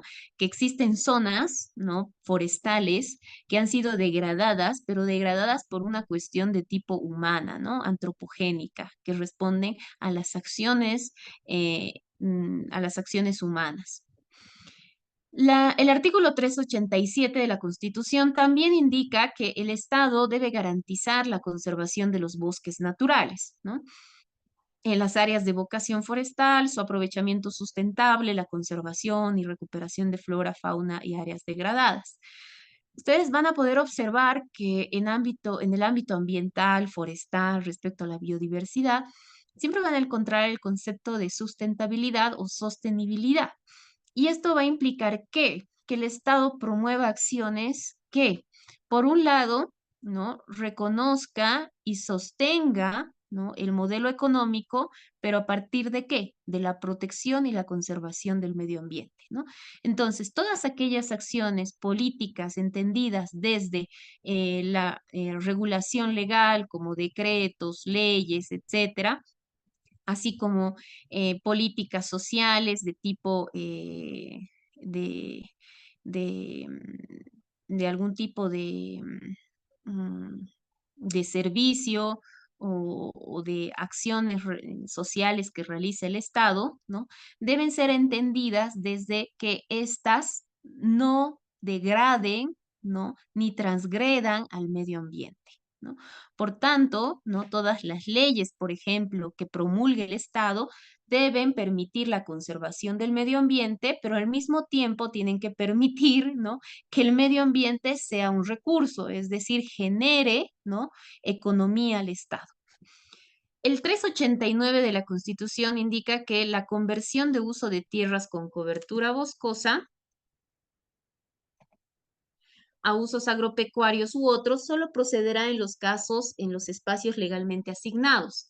Para ello, de acuerdo con las políticas de planificación y conforme con la ley, ¿no? Entonces, la Constitución Política del Estado, ¿no?, por un lado, va a establecer que los bosques naturales y los suelos forestales son de carácter estratégico, es decir, son importantes para el modelo económico social del Estado, ¿no? Sin embargo, también reconoce que estos deben ser protegidos, pero al mismo tiempo aprovechados. Y por otro lado, también garantiza, ¿no?, que estos bosques puedan ser conservados, pero también reconoce, ¿no?, que existen zonas boscosas, zonas bosques o suelos forestales que se encuentran degradados, ¿no? ¿Qué hace en este caso el Estado boliviano, ¿no? Va a desarrollar otra normativa, que es la ley que regula el derecho forestal, la ley 1700, ¿no? Esta norma permite que normar la utilización sostenible y la protección de los bosques y tierras forestales en beneficio de las generaciones actuales y futuras, armonizando el interés social, económico y ecológico del país, ¿no? Lo que les decía, este concepto de sostenibilidad, ¿no?, es por la cual todas las leyes, toda la normativa que tenga un impacto en el ámbito ambiental está muy relacionada con este concepto, porque como la misma Constitución la señala, hablamos que de la conservación del medio ambiente, pero al mismo tiempo, ¿no?, de permitir, ¿no?, de permitir que el medio ambiente sea un recurso económico, ¿no?, de asegurar que el medio ambiente, la biodiversidad, cumpla una función económica, ¿no? Entonces, lo que va a hacer la ley 1700, sí, es proteger la biodiversidad, ¿no? Las zonas boscosas, el suelo forestal, etcétera, pero cuando ésta se encuentre dentro de una función económica, ¿no? Entonces, la ley 1700 va a establecer que la concesión forestal, ¿no? Es decir, cuando un individuo o un grupo de individuos, ¿no?, pueden solicitar una concesión de una zona boscosa o de un suelo forestal. Entonces, la concesión forestal es entendida como el derecho transferible basado en la asignación de áreas, en las cuales se permite extraer un cierto volumen de madera o de un recurso no maderable, ¿no? Entonces, en este caso, como ustedes pueden ver, las zonas boscosas o los suelos forestales, ¿no?, permiten extraer material, ¿no?, materia prima, que se convierte en un recurso y cumple una función económica para el país, ¿no? Por tanto, la ley forestal regula esto, entendiendo que para que estas personas, individuos y colectivos puedan tener una concesión forestal, deben realizar un trámite que les otorgue una resolución administrativa, ¿no? Esta resolución administrativa es concebida como la concesión forestal, es decir, el Estado le concede a este individuo o colectivo, ¿no?, un predio, ¿no?, una zona con suelo forestal por el cual puede extraer un determinado volumen de madera, ¿no?, o de un recurso no maderable dentro de esta zona forestal, ¿no? Esta resolución administrativa se va a establecer de acuerdo a una patente forestal, es decir, a la Autoridad de Tierras y Bosques, que es la autoridad competente que concede estas resoluciones, ¿no?, mensualmente, ¿no?, se establece una patente forestal por el cual estos concesionarios, ¿no?, van a pagar, ¿no?, creo que es anualmente, un monto determinado de acuerdo al tipo de concesión que se le ha dado, ¿no? Ahora, ¿cuáles son estos tipos de tierras, ¿no? tenemos que entender que estas concesiones forestales no se pueden dar en cualquier tipo de tierra, ¿no? Porque existen tierras de protección, tierras de producción forestal permanente, tierras con cobertura boscosa aptas para diversos usos, tierras de rehabilitación y tierras de inmovilización. Entonces, por ejemplo, en las tierras de producción forestal permanente, la Autoridad de Tierras y Bosques va a poder dotar estas concesiones, ¿no? ¿Para qué? Para que se realice esta función económica que se le da a estos suelos boscosos y estas zonas forestales como un recurso económico para el Estado, ¿no? Ahora, ¿qué son las tierras de protección? Las tierras de protección, ¿no? Son tierras con cobertura vegetal o sin ella, que por su grado de vulnerabilidad a la degradación y o los servicios ecológicos que prestan a la cuenca hidrográfica o a fines específicos o interés social, no son susceptibles de aprovechamiento agropecuario ni forestal, limitándose al aprovechamiento hidroenergético, fines recreacionales, de investigación, de educación de cualquier tipo o uso indirecto no consultivo. Por ejemplo, en estas tierras de protección pueden encontrarse algún tipo de flora, ¿no? Que se encuentre en situación de extinción, ¿no? Es decir, que no sea posible, ¿no? Regenerarla, ¿no? Entonces, son zonas de protección porque no olvidemos que cuando hablamos de un ecosistema, hablamos de que todo funciona a nivel conjunto, ¿no? Es decir, que ante la extinción de esta especie se puede provocar, ¿no? Un desequilibrio ecológico, ¿no? Que genere un impacto hasta de tipo económico. Por tanto, estas tierras o estas zonas que pueden ser, que pueden contemplar este grado de vulnerabilidad en su degradación, o en los servicios ecológicos que presenta, como pueden ser algunos ríos, ¿no? Etcétera, que por ejemplo otorguen agua a una zona determinada, etcétera, son tierras de protección, ¿no? Especialmente en términos de biodiversidad. Luego se tienen las tierras de producción forestal permanente, ¿no? En estas tierras hablamos de que estas zonas tienen esa capacidad esa capacidad de encontrarse en una producción forestal que esté constantemente, que se produzca constantemente, ¿no? Estas tierras sí permiten o sí son tierras que se pueden realizar concesiones forestales, es decir, realizar actividades forestales como la tala de árboles para el recurso maderero, ¿no? Entonces, en este tipo de tierras sí se puede conceder o se puede conceder estas resoluciones administrativas para que se pueda trabajar dentro de estas tierras. Las tierras con cobertura boscosa para diversos usos. Estas tierras, que por su capacidad potencial de uso mayor, pueden ser convertidas a la agricultura, la ganadería u otros usos, ¿no? Por ejemplo, en este tipo de tierras, ¿no? Se puede conceder esta resolución administrativa cuando, por ejemplo, se tenga previsto un ganado, digamos, un ganado vacuno, ¿no? Entonces, estas empresas agropecuarias, empresas ganaderas, ¿no? Pueden dotarse de estas tierras para generar esta función económica al Estado respecto a la ganadería o a la agricultura, ¿no?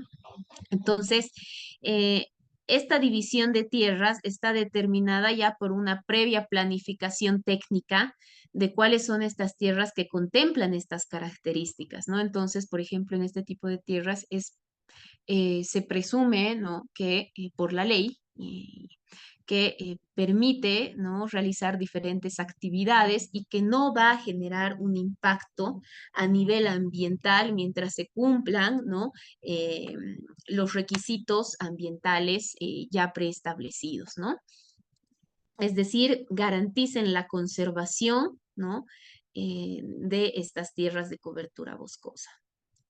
Luego tenemos las tierras de rehabilitación, entendiendo que son tierras de rehabilitación las clasificadas como tales en virtud de haber adquirido su potencial originario de uso por haber sido afectadas por deforestación, erosión u otros factores de degradación, pero que son susceptibles de recuperación mediante prácticas adecuadas. Entonces, aquí hablábamos ya lo que referíamos en el artículo 387 de la Constitución Política del Estado, cuando hacíamos alusión a que la Constitución reconoce aquellas zonas de suelo forestal que han sido degradadas, ¿no? Y en ese sentido, la ley 1700 lo que hace es que permite la concesión de estas tierras a aquellos individuos o colectivos, ¿no?, que tengan la intención de rehabilitar estas tierras, ¿no? En este caso, por ejemplo, las patentes son cubiertas en un 100%, ¿no? Entonces, la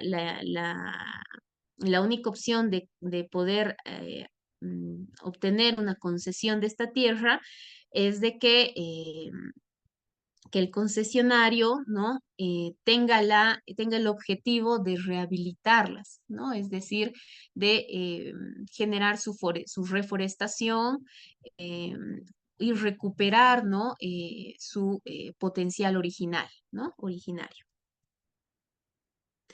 Y luego tenemos las tierras de inmovilización. Estas tierras no han sido completamente estudiadas, ¿no?, de acuerdo a la ley.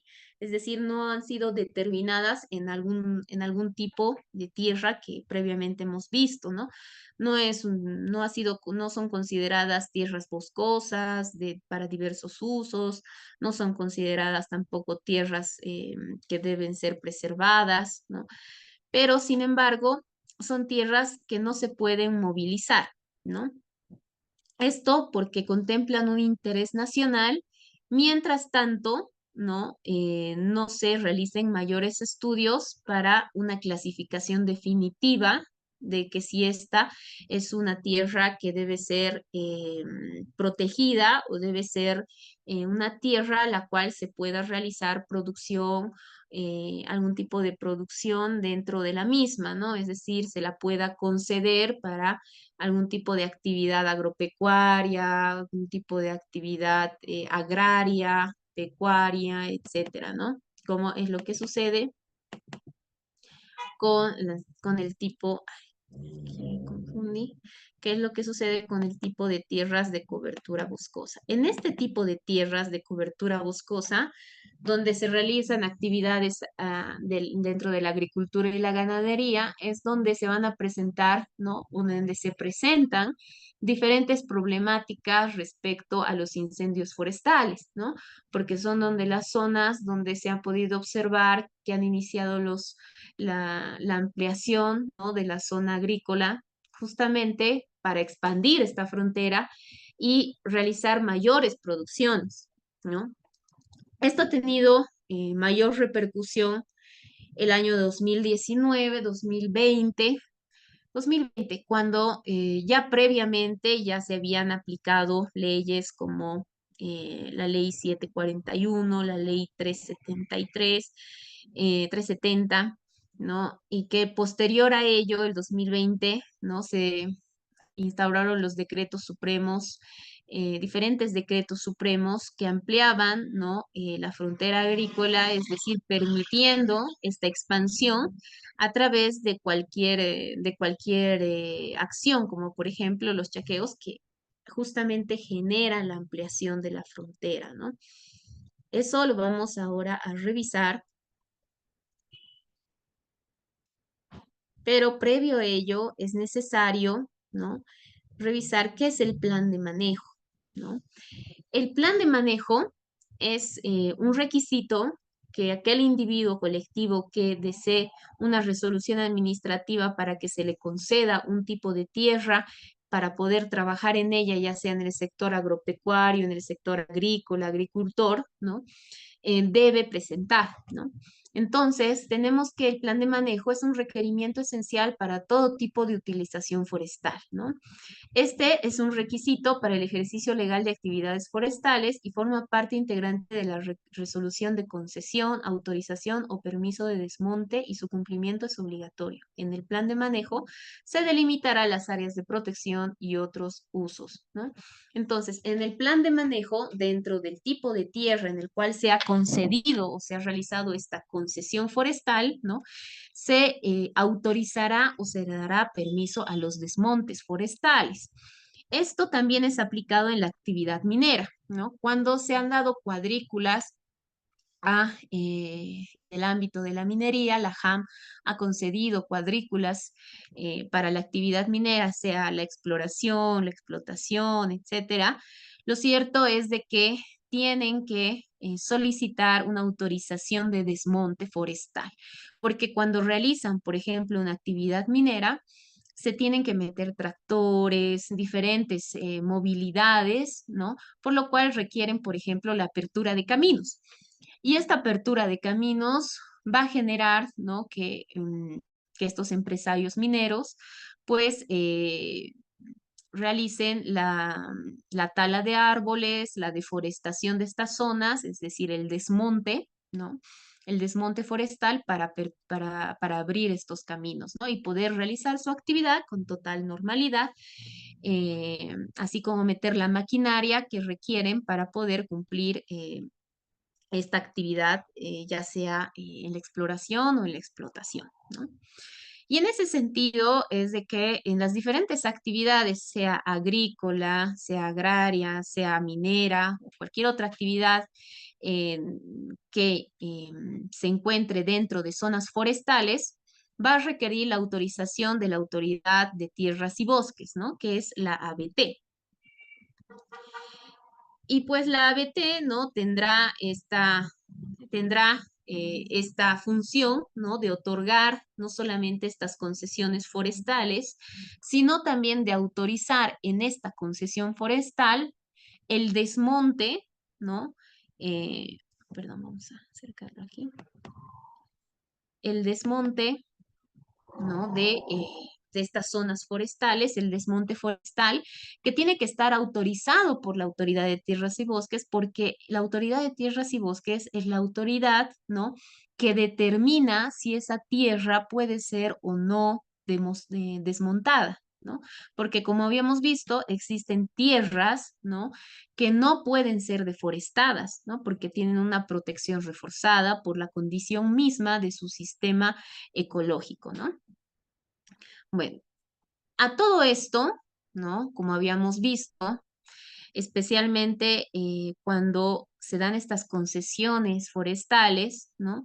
Se aperturan actividades, como habíamos dicho, actividades más que nada en el sector agropecuario, ¿no? En el sector ganadero, que van a requerir parcelas mucho más grandes, ¿no?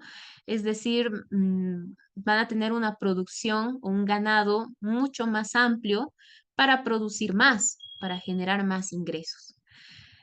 Entonces, se van a generar diferentes tipos de desmontes, ¿no? Entonces, y en ese sentido, se han desarrollado diferentes normas que viabilizan, ¿no? Que viabilizan o que legalizan estos desmontes ilegales, ¿no?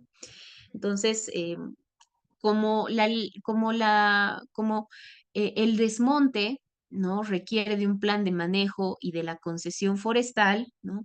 Lo cierto es de que han habido muchos empresarios o empresarios mineros, agropecuarios, etcétera, que han realizado este tipo de desmontes.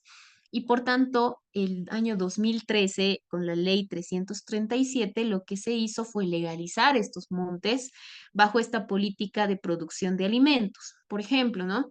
La ley 337 lo que hace es que todos aquellos desmontes ilegales, es decir, que se han realizado sin ningún tipo de autorización y que han degradado el suelo forestal, ¿no? Desde el año 1996 al 2011, pueden acogerse al beneficio del programa de producción de alimentos y restitución de bosques, ¿no? Entonces, en ese entendido, pues no van a tener que pagar ningún tipo de multa, ¿no? Ni sufrir ningún tipo de sanción a nivel civil o a nivel incluso, ¿no? Bueno, en ese tiempo todavía no se hablaba, ¿no? De los delitos ambientales y demás, ¿no? Pero todos aquellos que han realizado un desmonte ilegal en esos años, pues se acogen a este programa de producción de alimentos, ¿no? Por el cual estos predios que hubieran sido objeto de algún tipo de desmonte, ¿no? Van a poder ser predios que permitan la producción de alimentos y que garanticen la seguridad y la soberanía alimentaria. Pero esta ley, ¿qué trae consigo? ¿No? Trae consigo que se amplíe la frontera agrícola justamente para aumentar este tipo de producción, ¿no? Y eso ya se lo ve después con otras leyes, como ha sido, perdón, la ley 741, que es la ley que autoriza el desmonte para pequeñas propiedades. Esto en relación a actividades agrícolas y actividades pecuarias, ¿no? ¿Qué es lo que hace la ley 741? La ley 741 va a tener el objeto de autorizar el desmonte de hasta 20 hectáreas, ¿no?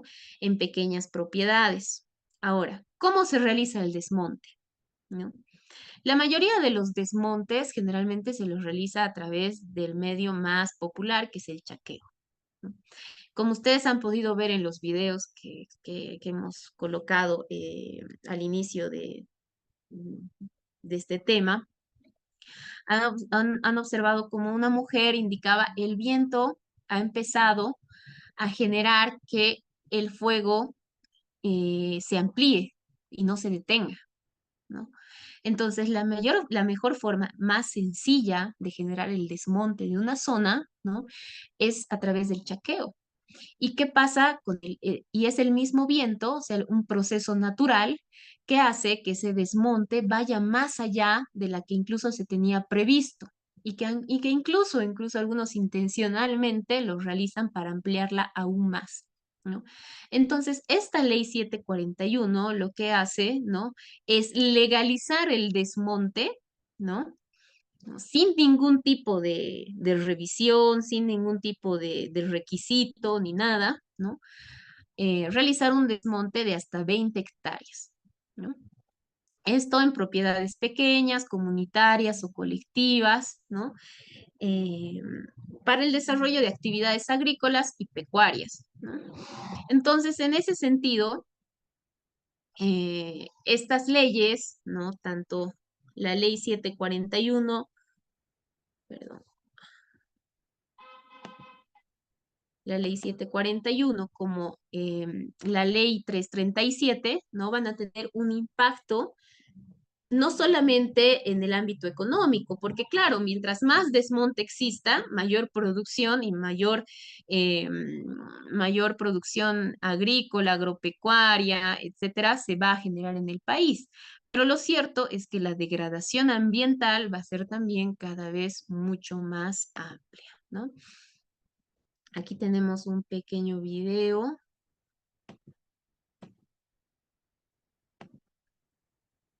No sé, ¿logran ver el video que les voy a mostrar ahora? Sí. Ah, ya, perfecto. Entonces aquí, por ejemplo, vamos a ver un video cortito sobre el chaqueo en el Chaco, ¿no? Cómo se da y la implicancia, ¿no? Para contextualizar un poco o ejemplificarlo. Si no se escucha el audio, me dicen, por favor.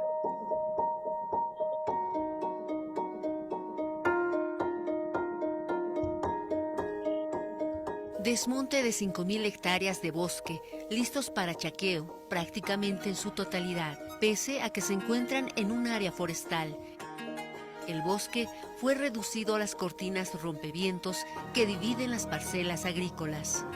El avance para ampliar la frontera agrícola en la región del Chaco está provocando la pérdida de ecosistemas únicos y biodiversos, lo que también desencadena la desertificación de los suelos en las áreas desmontadas. La regulación del clima local y regional, afectando los medios de vida de comunidades guaraní. No podemos ser ajenos a esta actividad extractiva y sus consecuencias. El bosque es un bien común, prioritario para los pueblos indígenas, como el guaraní, por lo que deben ser preservados.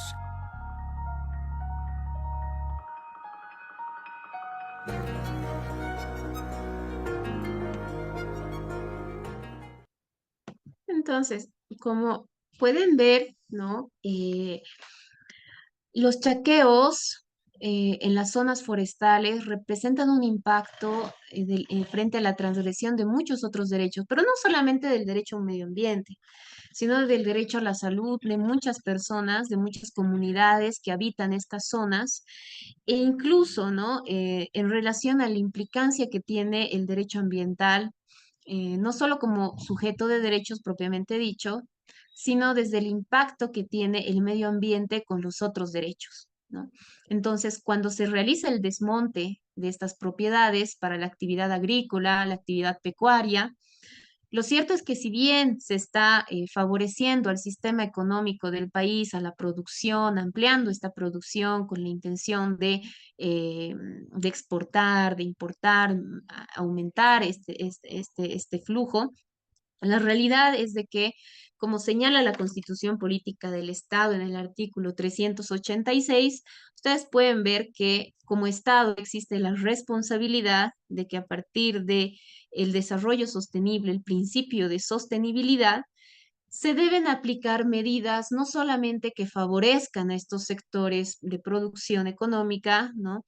Sino también que protejan al medio ambiente. ¿Y qué es lo que hacen estas leyes, ¿no? Este tipo de decretos es justamente contradecir, ¿no? A la misma Constitución y transgreda, ¿no? A la naturaleza, a la biodiversidad, ¿no? Sin cumplir estos requisitos previos. Un ejemplo que les había puesto también de manera clara son las actividades mineras, ¿no? Que luego de haber obtenido las cuadrículas, ¿no? Y realizar sus actividades, ninguno o la mayoría no cumplen con los requisitos ambientales, ¿no? Y desmontan ilegalmente, ¿no?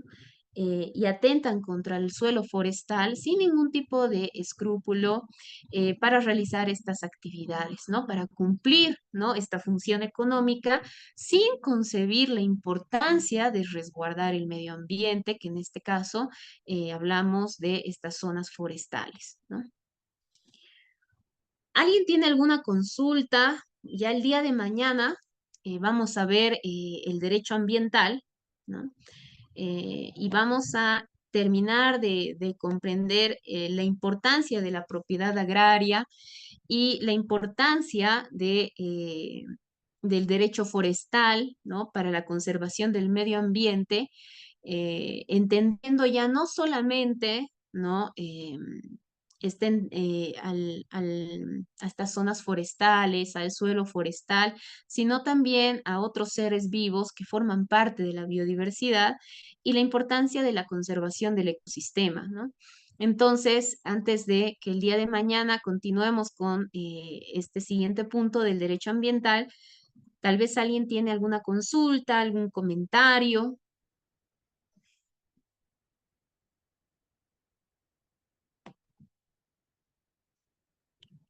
Para escuchar, por favor, a ver.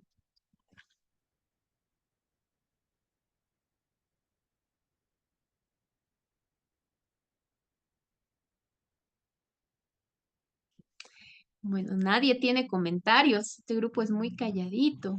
Leonardo. Buenas noches, Doc. Buenas noches. Oh, A ver, sabía que comentarle acerca, creo que ya no sé si se ha abrogado o derogado la ley 1333 o está no, vigente todavía. está vigente. Ya, yo recuerdo, hace 10 años, ¿no? Habíamos hecho una auditoría ambiental al zoológico de... Ay, ¿cómo se llama? Silvepacos o no, algo así del zoológico de La Paz. ¿Ya? Entonces, hablábamos, hacíamos el trabajo sobre el impacto que causa el sonido o esas motocicletas que había detrás del zoológico. ¿Ya?